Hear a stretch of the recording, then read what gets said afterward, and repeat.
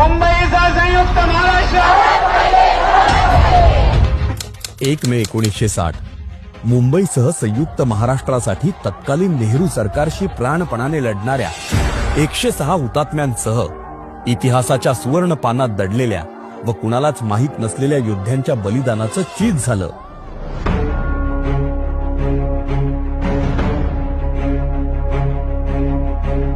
आणि महाराष्ट्र नामक देशाचा कणा मजबूत ठेवणाऱ्या मराठी भाषिकांना स्वतःची भूमी मिळाली.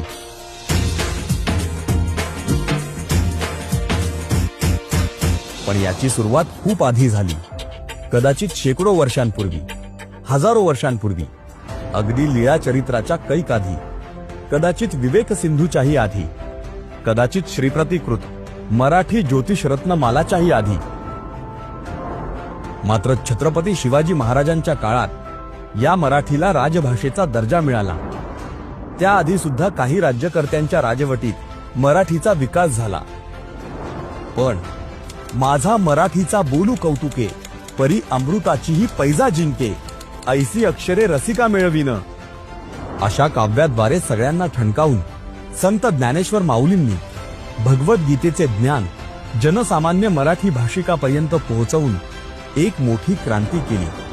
मग संत एकनाथ, संत तुकाराम महाराज, संत नामदेव, समर्थ रामदास, मोरोपंत, गोरा कुंभार, संत चोखामेळा, संत जनाबाई, संत नरहरी सोनार, संत रोहिदास, विसोबा खेचर, सावंता माळी, ते अगदी ज्योतिबा आणि सावित्रीबाई फुले, राम गणेश गडकरी, आचार्य अत्रे, दुर्गा भागवत, बहिणाबाई चौधरी, शांता शेळके, पु ल देशपांडे, कुसुमाग्रज, वि स खांडेकर, विजय तेंडुलकर, नामदेव ढसाळ अशा संतांनी, कवींनी, साहित्यिकांनी, विद्रोही लेखकांनी, विचारवंतांनी मराठी भाषा जोपासली, वाढवली, तिच्यात महत्वाची भर टाकली. गदिमा आणि बाबूजी या जोडगोळीने गीत रामायण नामक अजरामर कलाकृतीची निर्मिती मराठीत केली. तर लता आणि आशा नामक सुरेल आवाज मराठीने जगाला दिला.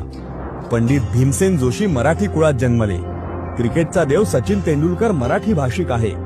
लोकमान्य टिळक मराठी, तात्यासाहेब सावरकर मराठी, आचार्य विनोबा भावे मराठी, भांडारकर मराठी, इतिहासाचार्य राजवाडे मराठी, देशातील पहिली डॉक्टर आनंदीबाई गोपाळ जोशी मराठी, राष्ट्रीय स्वयंसेवक संघ स्थापन करणारे डॉक्टर केशव बळीराम हेडगेवार मराठी, तर देशाला संविधान देणारे भारतरत्न डॉक्टर बाबासाहेब आंबेडकर देखील मराठी, गांधीजींचे गुरु मराठी, मोदीजींचे गुरु लक्ष्मणराव इनामदार मराठी.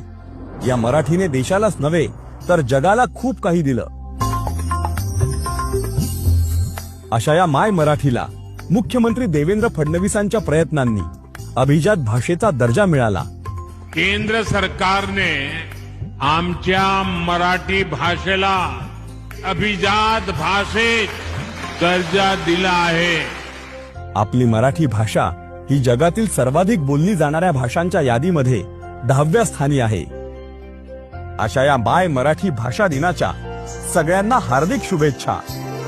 लाभले आम्हास भाग्य बोलतो मराठी. साहलो खरेच धन्य ऐकतो मराठी. बोलतो मराठी ऐकतो मराठी.